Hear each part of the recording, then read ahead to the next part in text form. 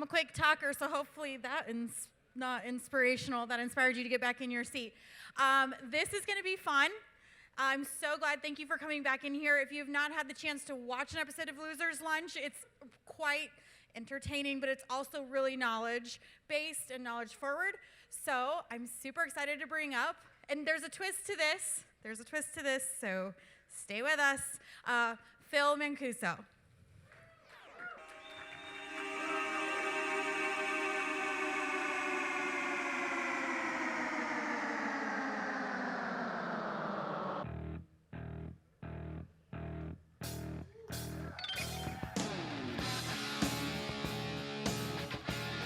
Bring the guitar.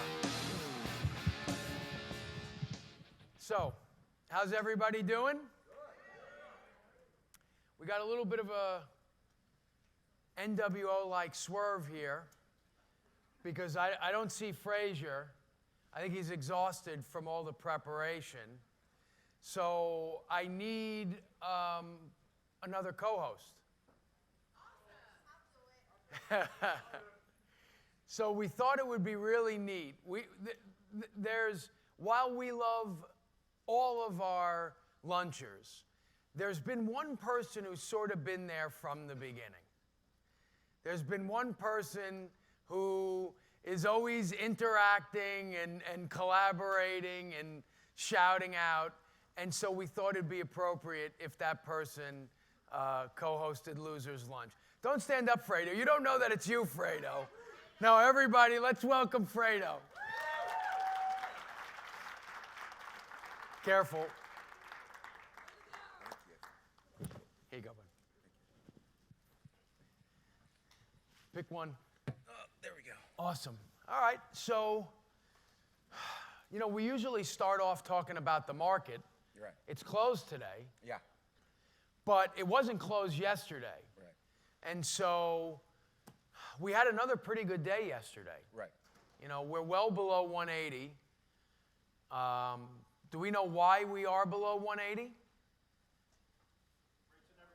Rates are never going up. So, for those of you that have watched Losers Lunch, sort of what I'm about to say sounds very redundant. For those of you that haven't, it might sound new. When I say rates are never going up, that doesn't mean that they're not going to go up day to day, week to week. They might not peak a little bit. But when you look at the broader landscape of our economy, something that I've been saying now for, probably 20, 25 years is that the Fed just doesn't seem to get it. Right. They don't understand that the economy's not broken. Right. It's just different. Right.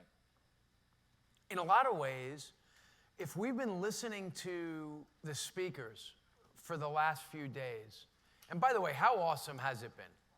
Yeah, it's been great. Great. Every speaker.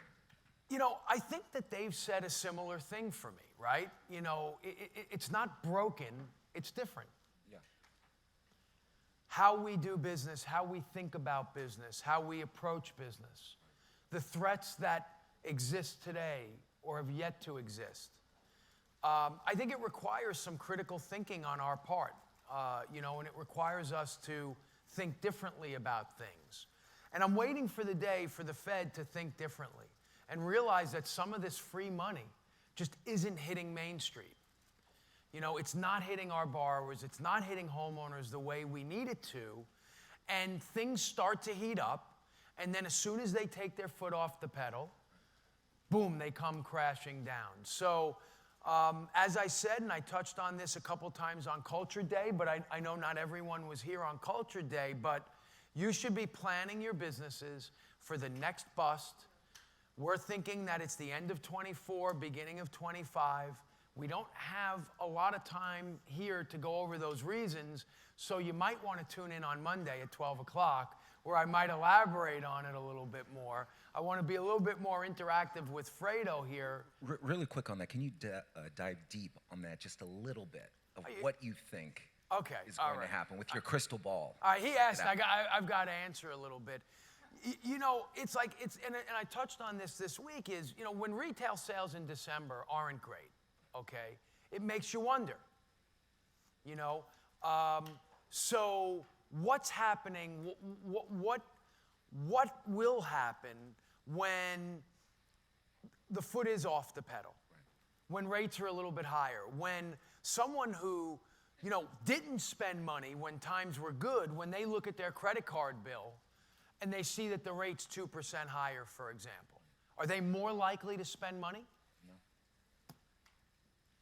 So I think that that's where what concerns me a little bit is the overheating of real estate. Sure. Now, what's funny is in 2005, August 2005, I was on CNBC and we were talking about the housing bubble.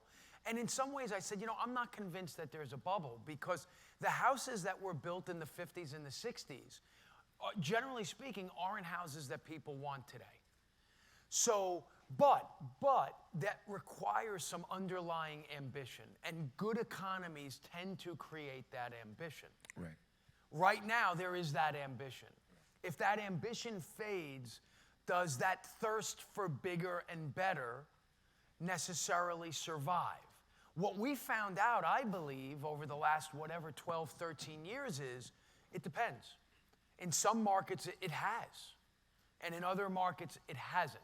Okay. So one of the things that I think as the program continues over the next 20, 30 minutes is wanting to delve into why localized, informed, competent, credible service by our realtors, by our loan officers, by our mortgage brokers, by even our appraisers and title companies and such is really a prerequisite to localized markets surviving and thriving. No, I totally agree. So look, dude, you're the star of the hour. I know that usually Frazier and I don't do, sort of rapid fire questions, but right, he's behind the scenes. Yeah, he's behind the scenes. He lets you loose. Yeah, but hit me with a couple questions. Okay, so I'm sure a handful of people in the room were here when the market basically crashed in 2007 and 8. Raise your hands if you were there. Okay. In 2010, I remember a realtor trying to sell a house in my community for $160,000, if you will. And they were having a hell of a time doing it, right? Finally sold. That same house today is basically worth $850,000. Wow. So my question for you is that how can we share, explain, educate on the long game for the consumers today that really didn't experience that? A lot of people have, but the younger generation, they were just babies when that happened.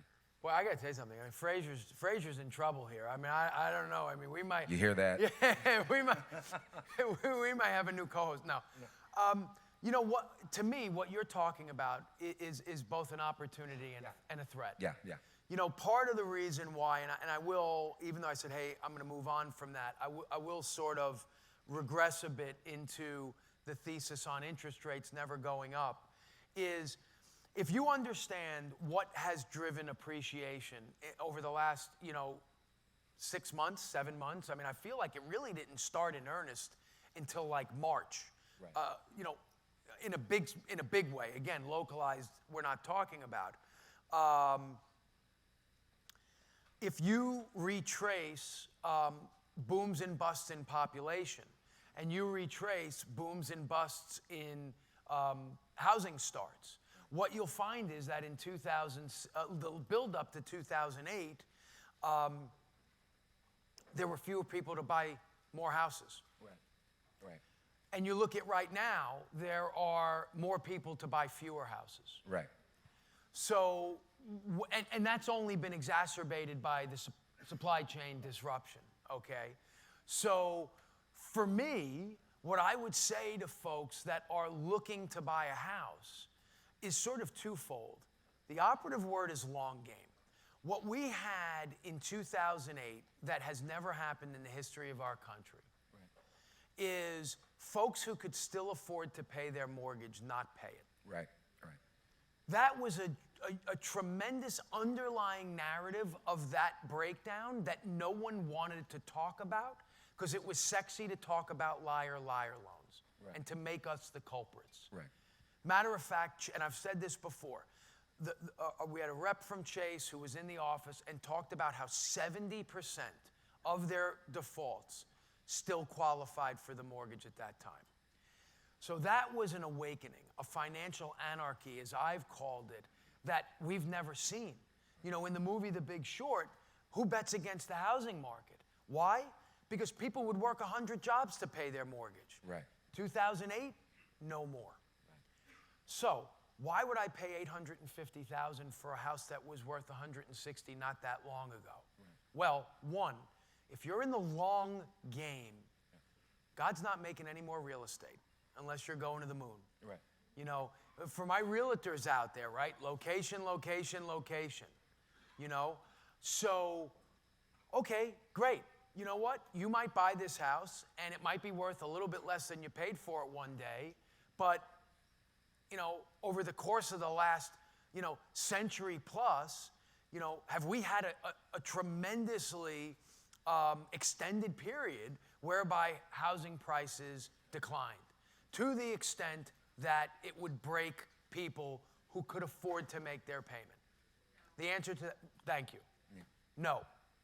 So, questions to be asked is, are you upside down on your credit card bill? Are you upside down on your car payment?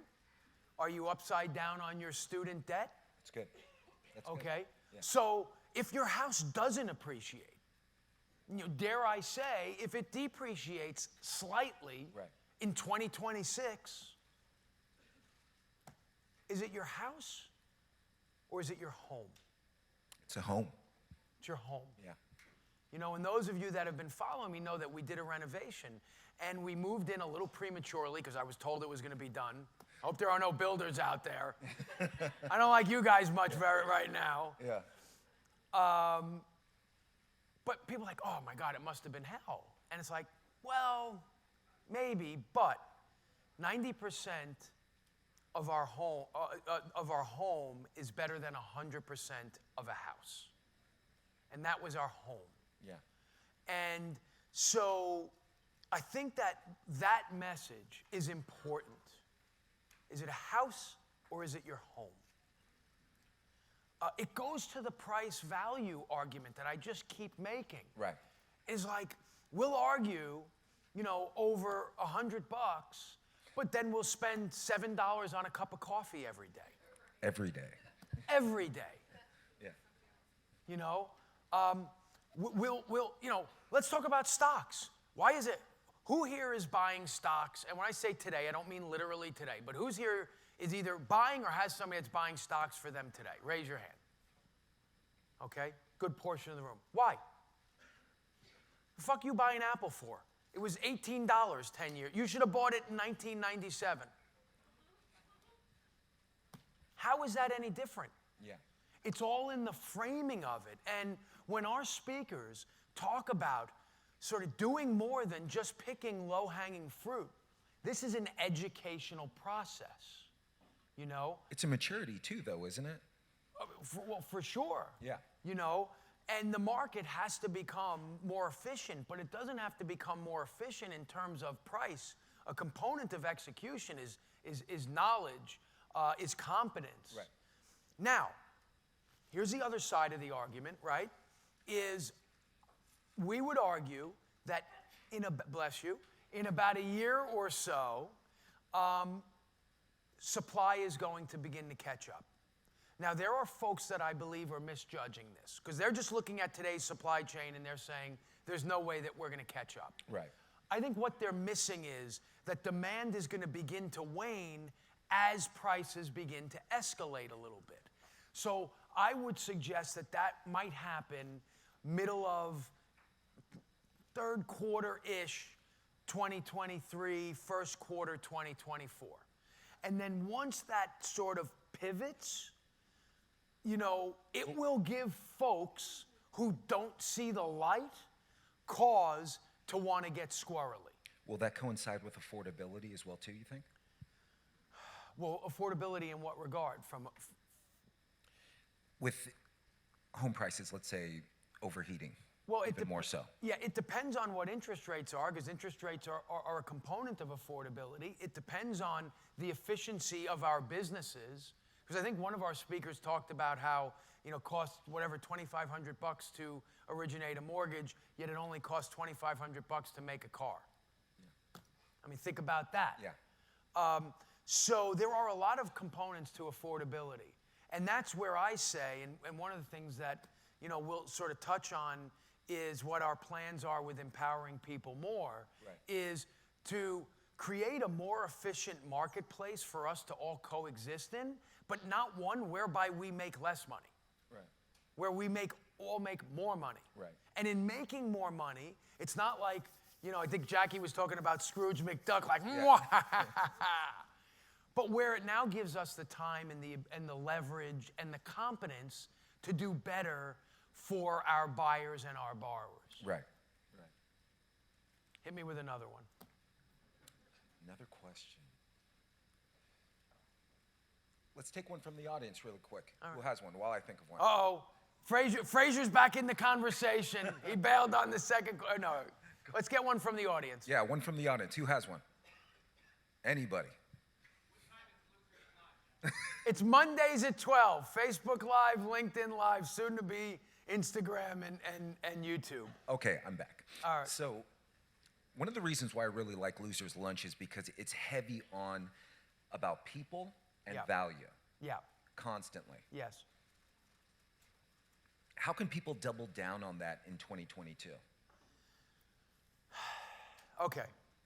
So this is not rehearsed, so that's a good setup to where I want to kind of go next. And another surprise guest that we're going to invite out here. As I alluded to on Thursday, in my experience, the most successful people in our industries make their bones during the busts and not the booms. Correct. So a huge part of that is becoming more competent, is understanding what you did well and what you did poorly when you were overwhelmed. It gives you the pause that's required to improve your business for the next go-round. Yeah. Okay? So I believe that it's sort of rooted in the person, in the human. I think the irony of it is, and some of the technology partners that we've worked with on the Empowering People More platform, you know, we've gone so far as to, like, you know, play this, this video that, you know, would almost bring you to tears about the power of humanity and the power of humans and how we should be using automation and information to empower humanity, not to replace it. And you'll hear that as a constant theme in what I'm saying. Right. And there's an irony in that.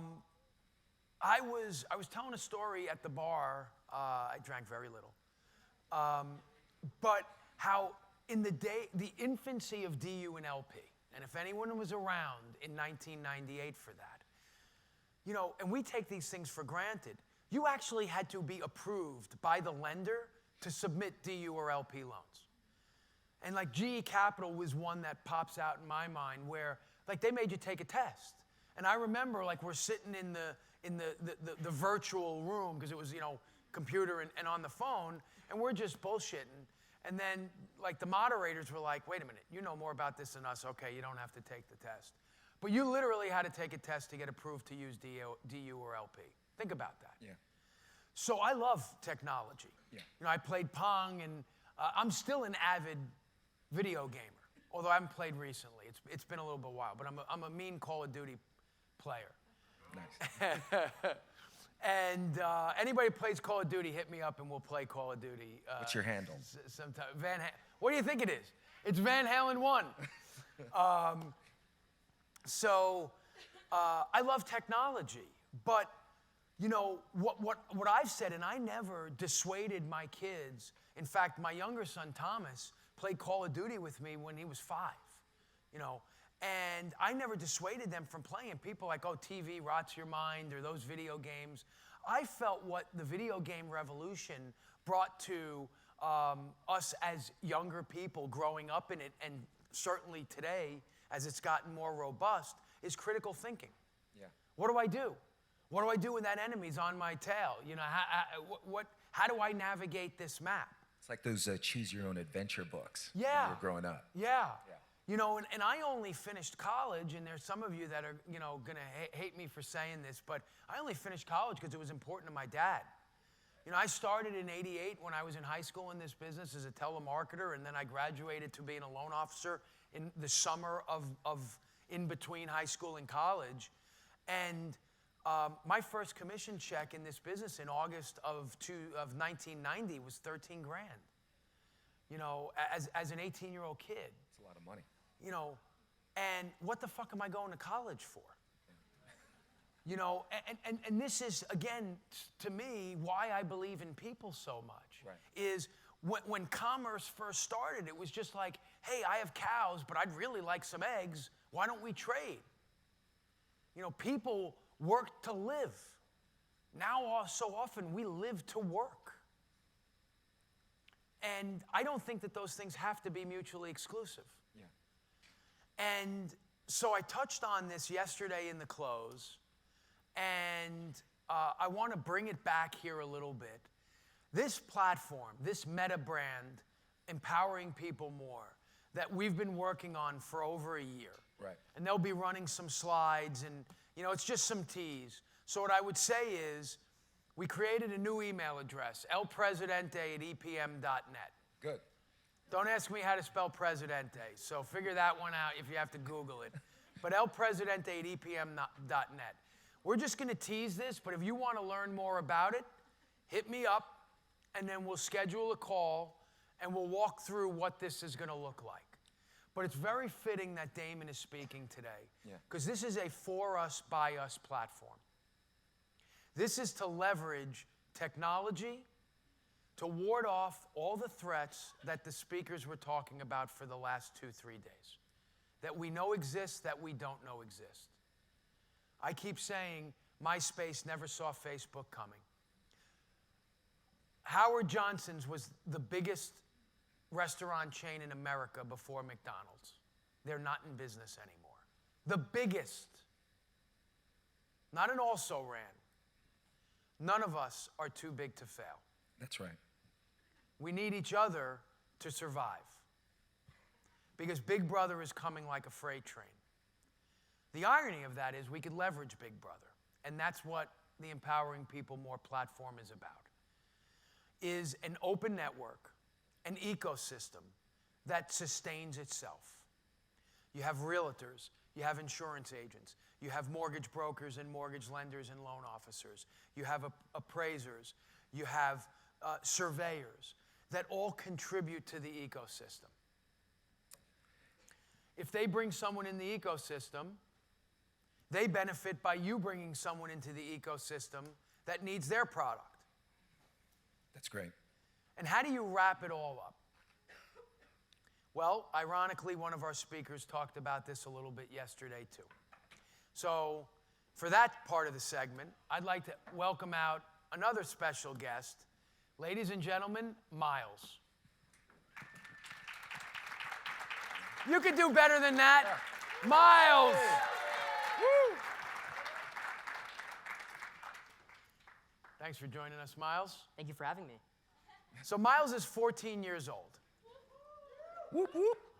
So even though he doesn't need it, because he's an incredibly bright young individual and a second-generation player here at EPM, this is the face of your threat.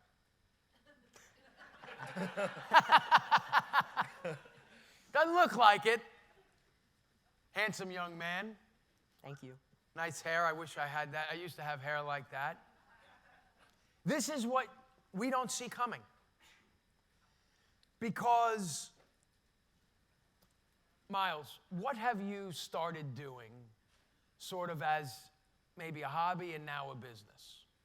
Well, I've been really focusing on working with blockchain and NFTs, and blockchain is so important in the future of how business will operate. I think that millions of transactions, if not billions, are going to happen on the blockchain every single day, and it's the future of finance, the future of business. Whoa. How long have you been in the mortgage business? 2 days? If I can ask, what got you into NFTs? Like, what was the draw for you? You're like, this is it. Well, I just noticed it trending all over social media 6-7 months ago, and whenever I see something like that, I usually look into it, and it's just so interesting how it operates, how when you own a digital asset, it's in your name, and it's just so fascinating. So I decided to leap into it. And how much of your personal money would you put into it? I started with $140. 140. Yep. So folks, how many of you out here have been in your business for 2 days? No, only 2 days. Yeah, no one, right? No one. I got the lights blaring in my eyes, so I can't see everybody, right? Yeah. And then I'd also ask, and this is more of a rhetorical question for you to answer for yourself. How often, if at all, do you just jump into things? You know? Necessity is the mother of invention. So, and we've been running, I believe, if somebody I could see give me a thumbs up, we've been sort of scrolling, empowering people more on one of these screens, is that right? Yep. So, for a long time, we were sort of thinking, and when we teased this at the Broker Success Summit, we were trying to figure out how to wrap it, right? And the answer was in front of us the whole time, but we were too old to see it, you know. And then it sort of started to come to us, the blockchain. So, some questions for you, Miles. Of course, we've gone over this, by the way. I know the answers to the questions, but if we had a realtor, for example, that was participating in the Empowering People More movement, could a prospective home buyer earn either fractional cryptocurrency or even full NFTs just for looking at a listing? Yes, this can absolutely be done, and it's going to start happening very soon. So you're saying they don't even have to buy anything, and they could derive value from just going to a media website and consuming content that is of interest to them? Yes, and that's what community is about, and that's what Empowering People More is about. It's about building a community and connection, and that's what blockchain does. Yeah, I did not tell him to say that, by the way. that's good. That's awesome. That's awesome. So for my loan officers and mortgage brokers out there, if someone were to take that next step and buy a house and get a mortgage, are those buyers also able to potentially earn fractional crypto and or full NFTs of value from completing a transaction? For sure, this can be done in any sense. You can do it whether it's through just viewing content or even purchasing anything online. Okay. So if we had, for example, a co-branded situation where a realtor and a mortgage loan officer or broker collaborated with Emmett Smith, and we were just doing, say, a social media shout out that was tied to an NFT, could an artist develop an NFT specific to that transaction that could derive value? Yes, an artist can develop an NFT for almost anything. It's kind of what you get for doing something, whether it could be, it's just verified on the blockchain, so it can be anything. Okay, so if we were to attach an NFT to a house, for example, your NFT for buying your home is a 3D rendering of your home. Could that NFT potentially be attached to that home and therefore the first buyer of that home who owns the NFT earn residual income or royalties off of subsequent sales of those homes. That can also be done. It adds kind of an attachment to the digital asset because you're living in that same home if it's a 3D render of the house. So not only can the homeowner make income off that asset, but they also have a personal connection to it, and that is very important. And can further NFTs be built like what your home looks like in the wintertime, or, you know, after it's remodeled, can the artist go in and do version 2 of the home that creates value? 100%. Anything can be done. Anything that wants to be done that is in the best interest of the homeowners will be done. Wow. Yeah. Hey, Phil, how many people do you think in the room are familiar with the NFTs? I don't know. Show of hands. Show of hands? Yeah. We don't have enough time because we got to wrap up in a minute, but hit me up, elpresidente@epm.net. We'll do breakout sessions and talk about it. Miles, I really appreciate this. You're an awesome dude. The breakout sessions, Miles is coming, right? He's coming. We got him. We got him. Can he get Thank an you. email address? We're going to get Little El Prez. Yeah, we're going to get Miles. We're going to get it. So I want you guys to think about this for a second, okay? We have an ecosystem whereby folks who are consuming content within this ecosystem, that as being a fractional owner in this ecosystem, which you will be serving the content to that consumer, who at the inception of that consumption, One more time. at the inception of that consumption, can begin earning money off their own consumption that can be used to consume further content and or services and or product within the ecosystem, okay? And we support it by bringing in, you know, one of our speakers said, you don't own your contact list. Guess what? On this, you do. You bring in your contacts, they consume content. He brings in his contacts. You have realtors that feed off of his contacts. He feeds off of realtors' contacts. The prospective home buyer feeds off of all of them. You earn credits for maybe looking at your mortgage statement or buying a Patrick Reed hat, for example. Okay? All the celebrities that we're bringing into the fold, the Emmett Smiths of the world. Co-branding, the opportunity for you and your consumers to co-brand with folks like that. Wow. Yeah. It's crazy. Wow. The best part of it is, it's all driven by us, humans. The best part of it is, one person can't come in and take it away. I'm going to leave you with this, and I said it, I think, at 2020. Forgive me for not having the exact numbers, because I didn't think I was going to say this. If you look at household income in 1990, it's only about $2,000 or $3,000 less than it is today. If you look at the richest person in the world, they are something like 100,000 magnitudes of order more wealthy than they were in 1990.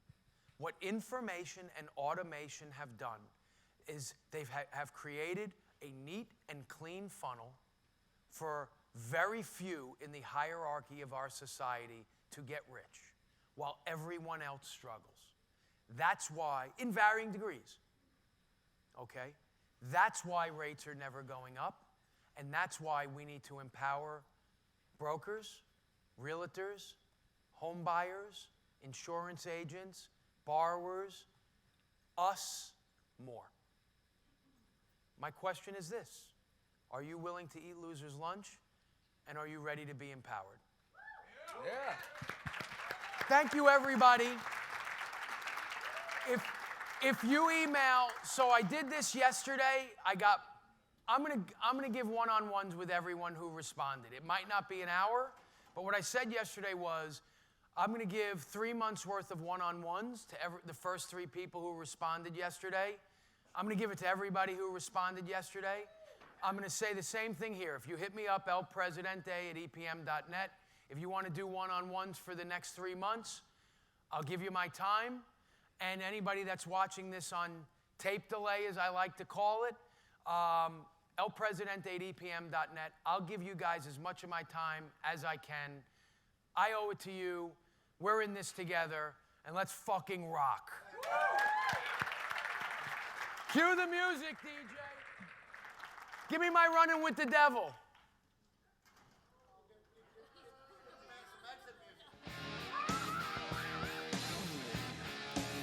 I told ya.